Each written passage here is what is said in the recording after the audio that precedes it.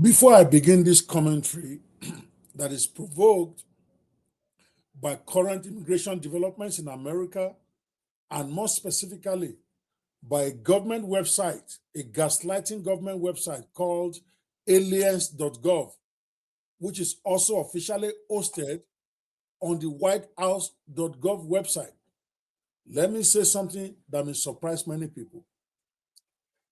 When I fully return to the practice of immigration law, one of the promises I made myself was that I would not become one of those lawyers who spends every waking moment attacking the government, criticizing immigration enforcement, or turning every policy disagreement with the government into a political crusade. Frankly, and I've said it to all my friends and even my clients, I understand something many activists refuse to acknowledge. Every nation has a right to determine its own immigration policies. Every nation has a right to decide who it wants to admit. Every nation has a right to determine the terms under which foreigners may enter, stay, work, or become citizens of their country. I get that. That is not oppression. That is sovereignty, and I'm down for that. And America is not even unique in that regard. After all, Britain voted to do Brexit, largely because many citizens believed immigration levels had become unsustainable in their country. Even Nigeria, my country of birth, itself once ordered hundreds of thousands of foreign nationals, including many legal residents from neighboring countries such as Ghana, Cameroon, to leave the country within days. And they gave them a choice of only 2 bags to carry with them. And that's where Ghana must go came from. South Africa today continues to struggle with anti-immigrant sentiment, particularly directed at fellow Africans, including Nigerians especially, despite the support that many African nations, especially Nigeria, gave them during the anti-apartheid struggle. They don't care right now.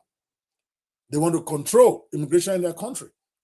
Around the world, governments routinely tighten borders, restrict immigration, deport undocumented migrants, some even jail them, and they prioritize what they believe are their own national interests.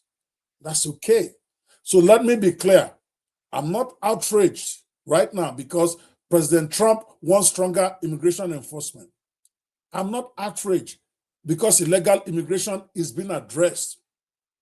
I'm not outraged because criminals who happen to be immigrants are being removed from the country. It is what it is.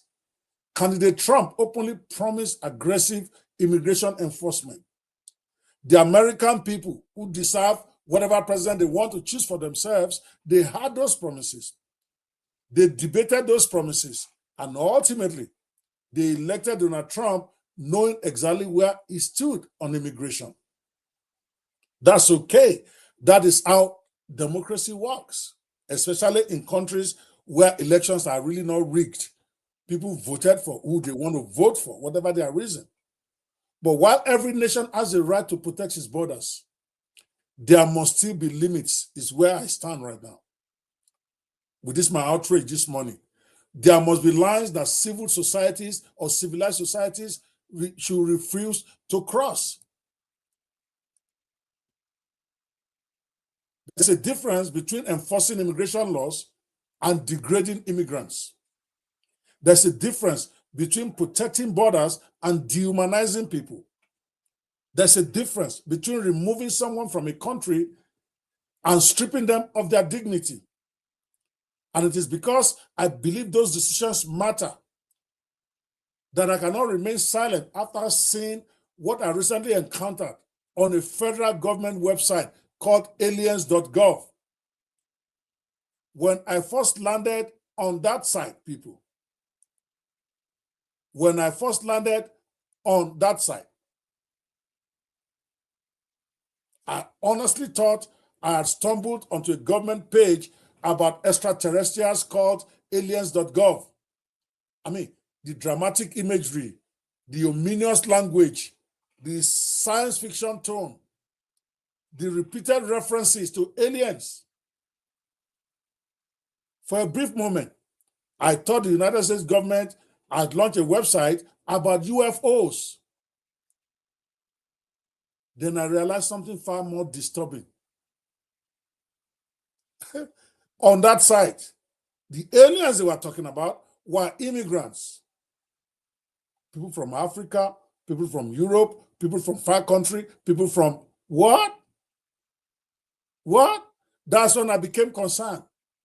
Not as a Democrat, not as a Republican, not as an activist, not even as an immigration lawyer this time, but as a human being.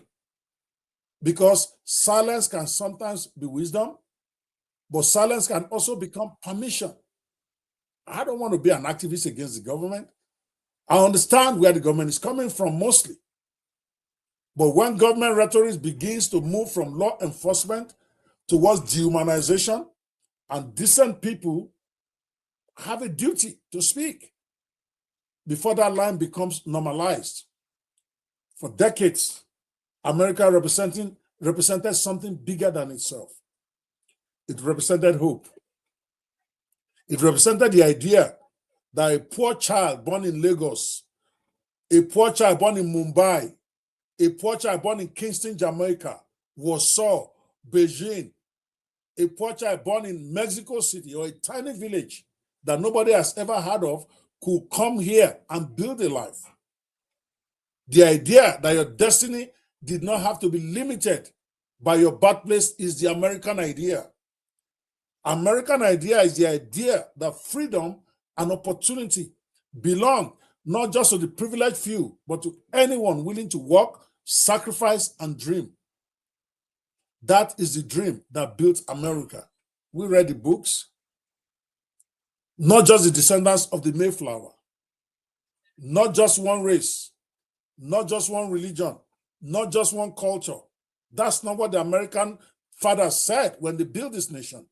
America was built by generations of immigrants, Irish immigrants, Italian immigrants, Jewish immigrants, Chinese immigrants, African immigrants, Caribbean immigrants, Middle Eastern immigrants, Indian immigrants, Latino immigrants, and countless others who arrived with little more than courage, faith, and determination.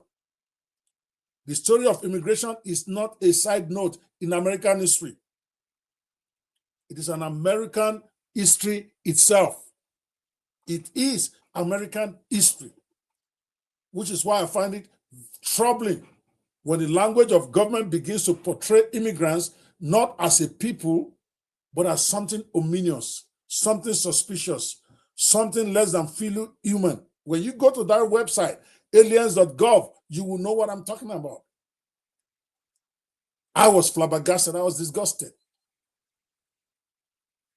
Immigrants into America are being presented like aliens to be feared from outer space, to be kidnapped, to be killed, to be what?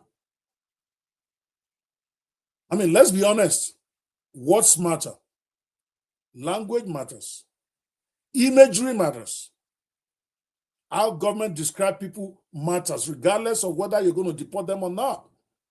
History teaches us that before societies mistreat groups of people, they often begin by changing how those people are described or perceived. Those people become labels. They become categories. They are then presented as threats. They are presented as invaders. They are presented as outsiders. They are presented as anything except human beings. And that is why this matters. And that's why I have no choice. When I saw that, somebody forwarded it to me, and I know I could not keep quiet, no matter how much I want to avoid controversy or activism as an immigration lawyer. It matters. Not because immigration laws should not be enforced. They should be enforced. I'm down with that. Not because borders should not be protected. They should be protected. No responsible government will leave its borders unprotected. I've been saying that for years, even though a lot of people don't like to hear me say it as an immigrant myself, but I get that.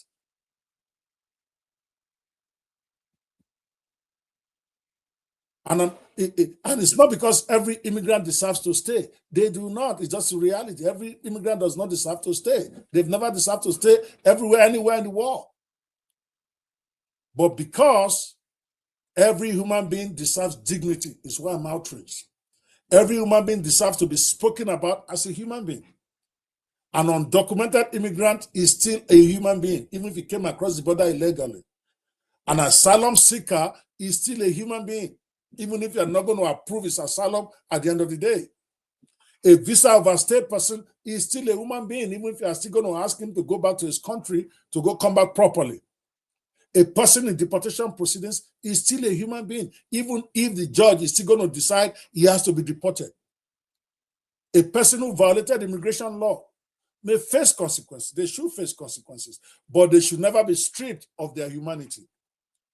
America is strongest when it combines strength with compassion. America is strong when it implements the law with dignity, security with humanity, justice with fairness. The moment we begin losing that, we begin to lose that balance. I don't know what to say. The moment we begin losing that balance, we begin losing something far more valuable than control of our borders. We begin losing our moral authority.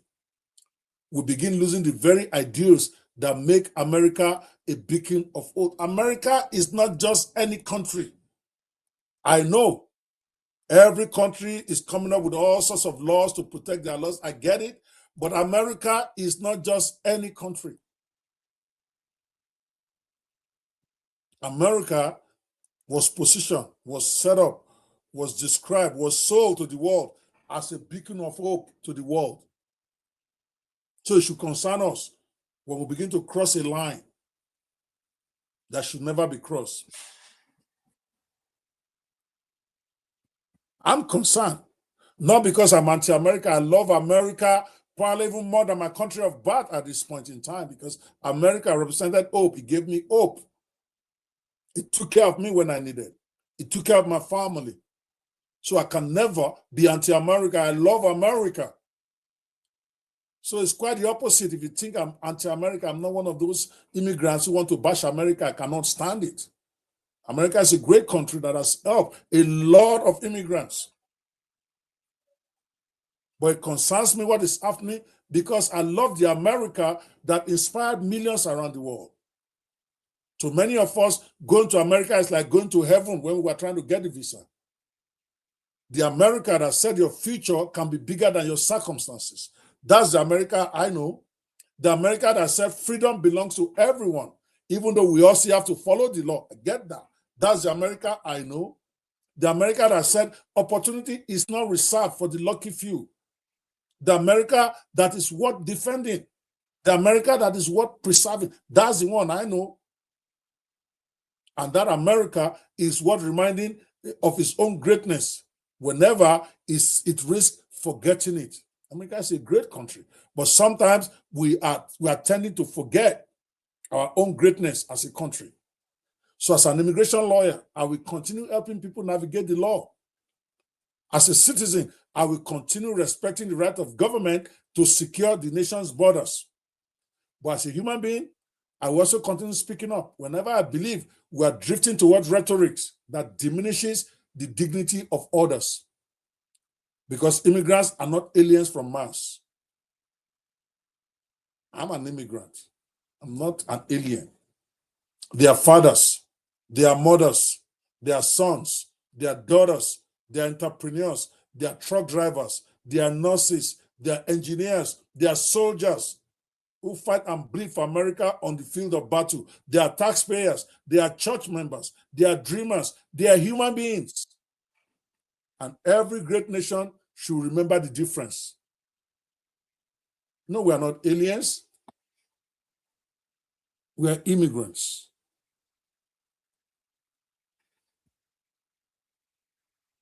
And I've said my piece.